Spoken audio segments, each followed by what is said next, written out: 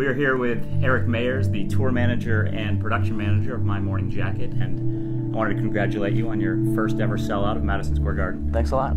It was quite a day. We joined you at 7 a.m. and sort of worked through all the way until that portion of your day was over. Yep. What was sort of the range of emotions that was going through your mind? It was really the full spectrum. You know, there was a lot of anticipation and excitement leading into it, and you know, I'm not gonna lie. There's some fear. You know, I mean, it's a big building. It's a famous place, and then yeah, a lot of excitement, happiness. There's a definite emotional release. I think once the show finally happened and everything was off to the races, there's a lot of frustration, you know, anger with certain circumstances, and then and some, yeah, and I think I said stress already, but so it's a stressful day. That was one of the things that I noticed was how you manage your stress, and I couldn't imagine a more stressful situation being at Madison Square Garden. It has sort of the allure as the most famous arena in the world. Right. And not only are you tour managing and having to deal with the band and sort of coddling them, but you're also production managing. You're wearing two hats. Right. That's pretty rare for a band at that level. I would say so. Yeah, usually once you're in an arena situation, there's enough responsibility and enough on everybody's schedule that's a two-person job. So how do you sort of balance that? Because there was certainly an issue that I noticed where you were running around, it was getting closer to showtime, you had CBS News trying to get as intimate of a portrayal of the band as possible. You had your manager there who was trying to push for more access to give the band, you know, more publicity and a better piece. But at the same time, you're trying to deal with the union, getting the stage ready, getting ready for doors. Right. How do you sort of balance both of those things? It's a tough thing. I mean, on the production side, I'm really trying to hit my schedule, no matter what, especially in a union facility as stringent as Madison Square Garden, where if you go over your schedule allotment of time, or if you run anybody over their hours, it gets very expensive very quickly, and the band is paying for that directly.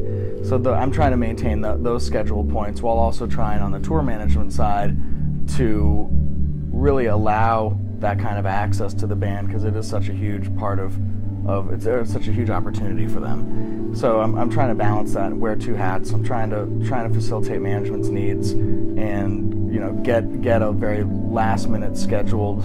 Oh, it wasn't last minute scheduled, but a last minute production in terms of the interview onto the stage, cutting into our sound check time, and still trying to accomplish really what's the most important part of the day, which is the show. It's not another PR opportunity. It really is the performance, but one hand feeds the other. So it's just trying to balance everybody's needs and I guess get enough done for one person while not completely infringing on what the other needs. There's a certain perception, I think, by music fans that it's a big party backstage, and that the band members are back there, and there's beautiful women everywhere, and everyone's partying. Right. It's your job to insulate the band. Talk about the transition as they were growing in size from when it was all a big party, because at the end of the day, that's why every musician sort of gets into the game. Right. To where now you have to actually sort of shut them off and try to keep them isolated so they can be creative. Right. You know, I don't want to make anybody think that the My Morning Jacket backstage is completely sterile. We have a very good time, but I think in this particular circumstance, when you have, you know, a high pressure show like that, where it's not just the production staff and the management staff and the pressure, the band is obviously, you know, in the forefront of that.